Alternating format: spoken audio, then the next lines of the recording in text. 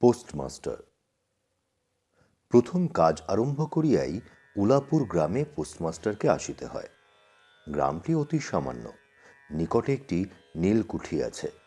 তাই কুঠির সাহেব অনেক জোগাড় করিয়া এই নূতন পোস্ট অফিস স্থাপন করিয়াছে। আমাদের পোস্টমাস্টার কলিকাতার ছেলে।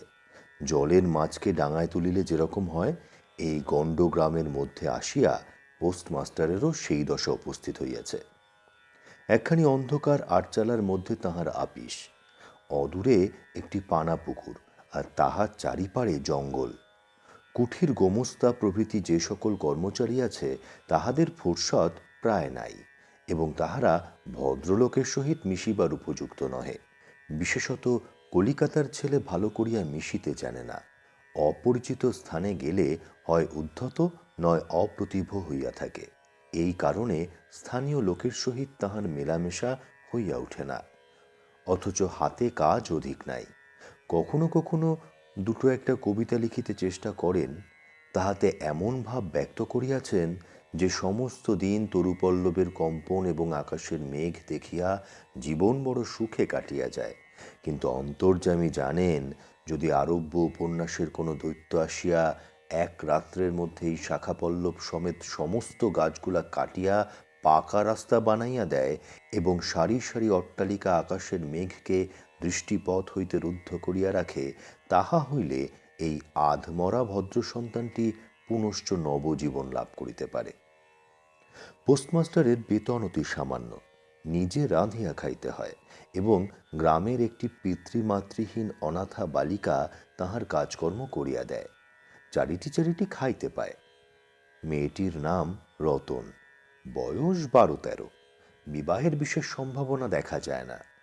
সন্ধ্যার সময় যখন গ্রামের গোয়ালঘর হইতে ধূম কুণ্ডলায়িত হইয়া উঠিত, ঝোপে ঝোপে ঝিল্লি ডাকিত, দূরে গ্রামের নেশাখোর বাউলের দল খোল করতাল বাজাইয়া উচ্চৈস্বরে গান জুড়িয়া দিত, যখন অন্ধকার দাওয়ায় একলা বসিয়া গাছের কম্পন দেখিলে কবির হৃদয়েও ঈষৎ হৃৎকম্প উপস্থিত হইত, তখন ঘরের কোণে একটি ক্ষীণ শিখা প্রদীপ জ্বালিয়া পোস্টমাস্টার ডাকিতেন, রতন। রতন দ্বারে বসিয়া এই ডাকের জন্য অপেক্ষা করিয়া থাকিত, কিন্তু এক ডাকেই ঘরে আসিত না। বলিত, কি গা বাবু, কেন ডাকছ? তুই কি করছিস? এখনই চুলো ধরাতে যেতে হবে, হেঁসেলের। তোর হেঁসেলের কাজ পরে হবে, এখন একবার তামাকটা সেজে দে। অনতি বিলম্বে দুটি গাল ফুলাইয়া কলিকায় ফুঁ দিতে দিতে রতনের প্রবেশ।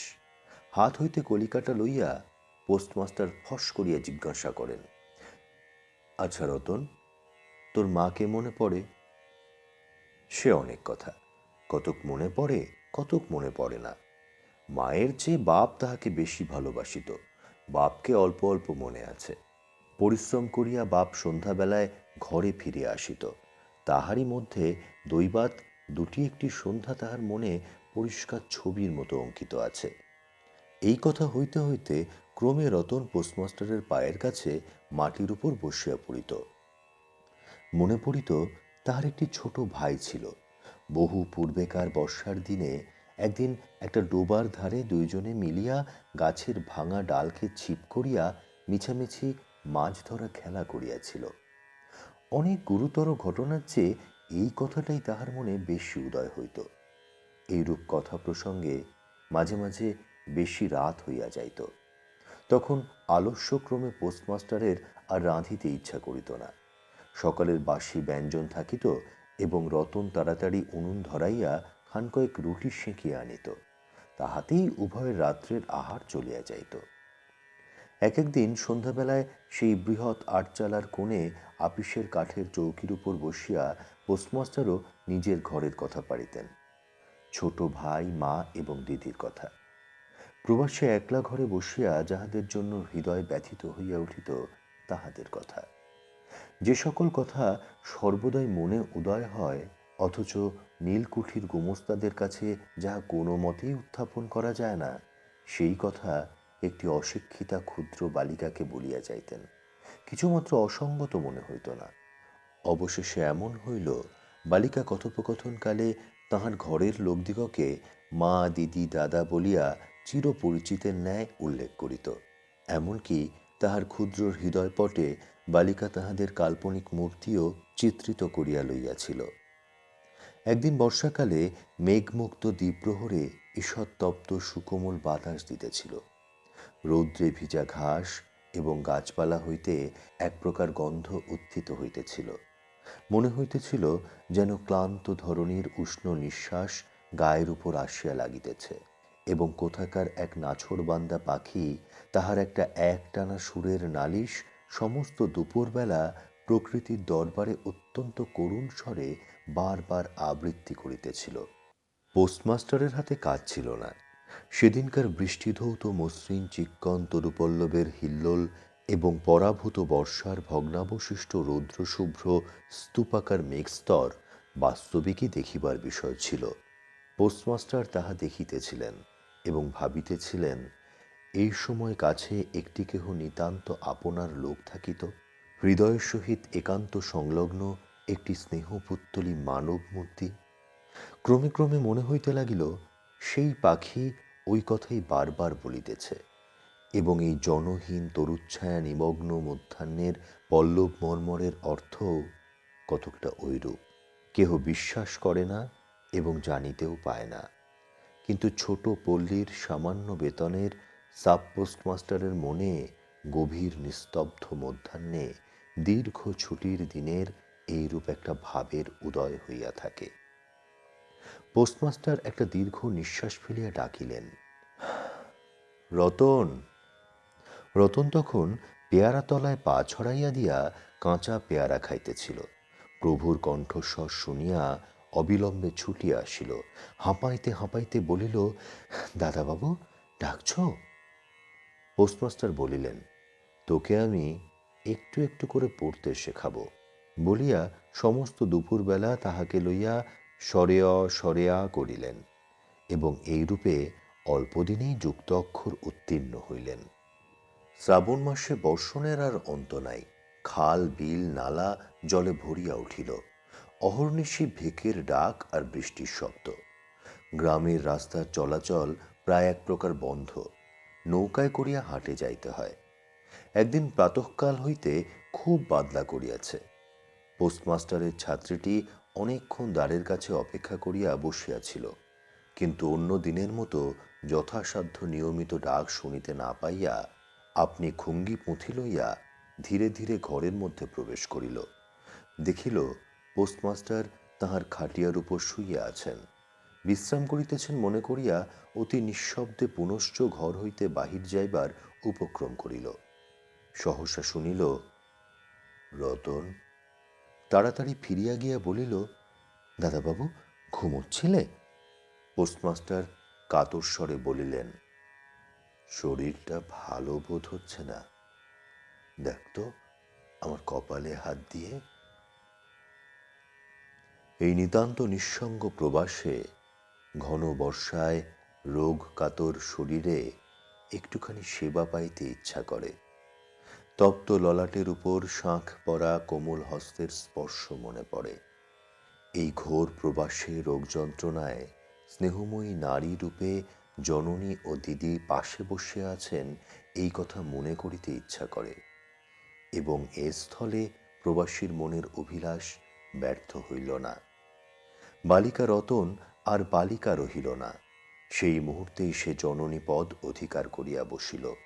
বৈদ্য ডাকিয়া আনিল, যথাসময় বটিকা খাওয়াইল, সারা রাত্রি শিওরে জাগিয়া রহিল, আপনি পথ্য রাঁধিয়া দিল, এবং শতবার করিয়া জিজ্ঞাসা করিল, হাগো দাদাবাবু, একটুখানি ভালো বোধ হচ্ছে কি? বহুদিন পরে পোস্টমাস্টার ক্ষীণ শরীরে রোগশয্যা ত্যাগ করিয়া উঠিলেন। মনে স্থির করিলেন, আর নয়, এখান হইতে কোনো মতে বদলি হইতে হইবে। স্থানীয় অস্বাস্থ্যের উল্লেখ করিয়া তৎক্ষণাৎ কলকাতায় কর্তৃপক্ষের নিকট বদলি হইবার জন্য দরখাস্ত করিলেন। রোগ সেবা হইতে নিষ্কৃতি পাইয়া রতন দ্বারের বাহিরে আবার তাহার স্বস্থান অধিকার করিল, কিন্তু পূর্ববৎ আর তাহাতে ডাক পড়ে না। মাঝে মাঝে উঁকি মারিয়া দেখে পোস্টমাস্টার অত্যন্ত অন্যমনস্কভাবে চৌকিতে বসিয়া অথবা খাটিয়ায় শুইয়া আছেন। রতন যখন আহ্বান প্রত্যাশা করিয়া বসিয়া আছে, তিনি তখন অধীর চিত্তে তাহার দরখাস্তের উত্তর প্রতীক্ষা করিতেছেন। বালিকা দ্বারের বাহিরে বসিয়া সহস্রবার করিয়া তাহার পুরানো পড়া পড়িল, পাছে যেদিন সহসা ডাক পড়িবে সেদিন তাহার যুক্ত অক্ষর সমস্ত গোলমাল হইয়া যায়, এই তাহার একটা আশঙ্কা ছিল। অবশেষে সপ্তাহখানেক পরে একদিন সন্ধ্যাবেলায় ডাক পড়িল। উদ্বেলিত হৃদয়ে রতন গৃহের মধ্যে প্রবেশ করিয়া বলিল, দাদাবাবু, আমাকে ডাকছিলে? পোস্টমাস্টার বলিলেন, রতন, কালই আমি যাচ্ছি। কোথায় যাচ্ছ দাদাবাবু? বাড়ি যাচ্ছি। আবার কবে আসবে? আর আসব না। রতন আর কোনো কথা জিজ্ঞাসা করিল না। পোস্টমাস্টার আপনি তাহাকে বলিলেন তিনি বদলির জন্য দরখাস্ত করিয়াছিলেন, দরখাস্ত নামঞ্জুর হইয়াছে, তাই তিনি কাজে জবাব দিয়া বাড়ি যাইতেছেন। অনেকক্ষণ আর কেহ কোনো কথা কহিল না। মিটমিট করিয়া প্রদীপ জ্বলিতে লাগিল এবং এক স্থানে ঘরের জীর্ণ চাল ভেদ করিয়া একটি মাটির সরার উপর টপ টপ করিয়া বৃষ্টির জল পড়িতে লাগিল। কিছুক্ষণ পরে রতন আস্তে আস্তে উঠিয়া রান্নাঘরে রুটি গড়িতে গেল। অন্য দিনের মতো তেমন চটপট হইল না। বোধ করি মধ্যে মধ্যে মাথায় অনেক ভাবনা উদয় হইয়াছিল। পোস্টমাস্টারের আহার সমাপ্ত হইলে পর বালিকা তাহাকে জিজ্ঞাসা করিল, দাদাবাবু, আমাকে তোমাদের বাড়ি নিয়ে যাবে? পোস্টমাস্টার হাসিয়া কহিলেন, সে কি করে হবে? ব্যাপারটা যে কি কি কারণে অসম্ভব তাহা বালিকাকে বুঝানো আবশ্যক বোধ করিলেন না। সমস্ত রাত্রি স্বপ্নে এবং জাগরণে বালিকার কানে পোস্টমাস্টারের হাস্যধ্বনির কণ্ঠস্বর বাজিতে লাগিল। সে কি করে হবে? ভোরে উঠিয়া পোস্টমাস্টার দেখিলেন তাহার স্নানের জল ঠিক আছে। কলিকাতার অভ্যাস অনুসারে তিনি তোলা জলে স্নান করিতেন। কখন তিনি যাত্রা করিবেন সে কথা বালিকা কি কারণে জিজ্ঞাসা করিতে পারে নাই। পাছে প্রাতঃকালে আবশ্যক হয়, এই জন্য রতন তত রাত্রে নদী হইতে স্নানের জল তুলিয়া আনিয়াছিল। স্নান সমাপন হইলে রতনের ডাক পড়িল। রতন নিঃশব্দে গৃহে প্রবেশ করিল এবং আদেশ প্রতীক্ষায় একবার নীরবে প্রভুর মুখের দিকে চাহিল। প্রভু কহিল, রতন, আমার জায়গায় যে লোকটি আসবেন তাকে বলে দিয়ে যাব, তিনি তোকে আমারই মতন যত্ন করবেন। আমি যাচ্ছি বলে তোকে কিছু ভাবতে হবে না। এই কথাগুলি যে অত্যন্ত স্নেহগর্ভ এবং দয়ার্দ্র হৃদয় হইতে উত্থিত সে বিষয়ে কোনো সন্দেহ নাই, কিন্তু নারীর হৃদয় কে বুঝিবে? রতন অনেক দিন প্রভুর অনেক তিরস্কার নীরবে সহ্য করিয়াছে, কিন্তু এই নরম কথা সহিতে পারিল না। একেবারে উচ্ছ্বসিত হৃদয়ে কাঁদিয়া উঠিয়া কহিল, না না, তোমার কাউকে কিছু বলতে হবে না, আমি থাকতে চাইলে। পোস্টমাস্টার রতনের এরূপ ব্যবহার কখনো দেখেন নাই, তাই অবাক হইয়া রহিলেন।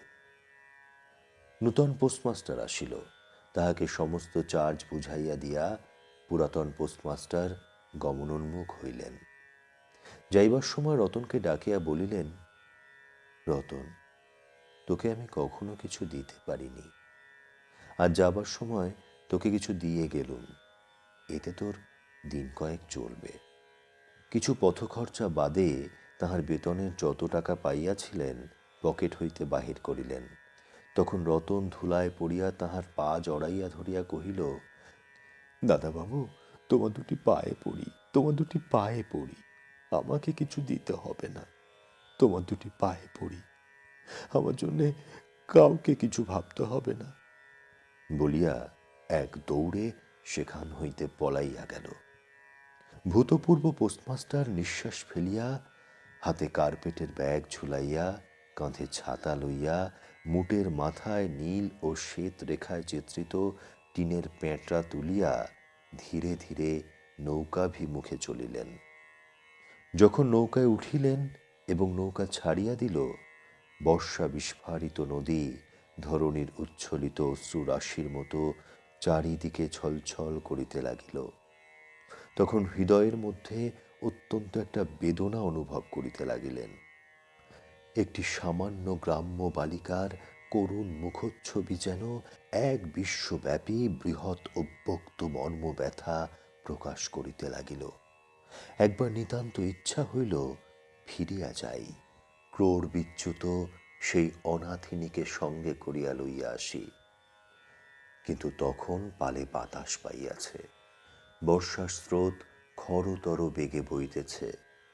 গ্রাম অতিক্রম করিয়া নদীকূলের শ্মশান দেখা দিয়াছে, এবং নদী প্রবাহে ভাসমান পথিকের উদাস হৃদয়ে এই তত্ত্বের উদয় হইল, জীবনে এমন কত বিচ্ছেদ, কত মৃত্যু আছে, ফিরিয়া ফল কি, পৃথিবীতে কে কাহার। কিন্তু রতনের মনে কোনো তত্ত্বের উদয় হইল না।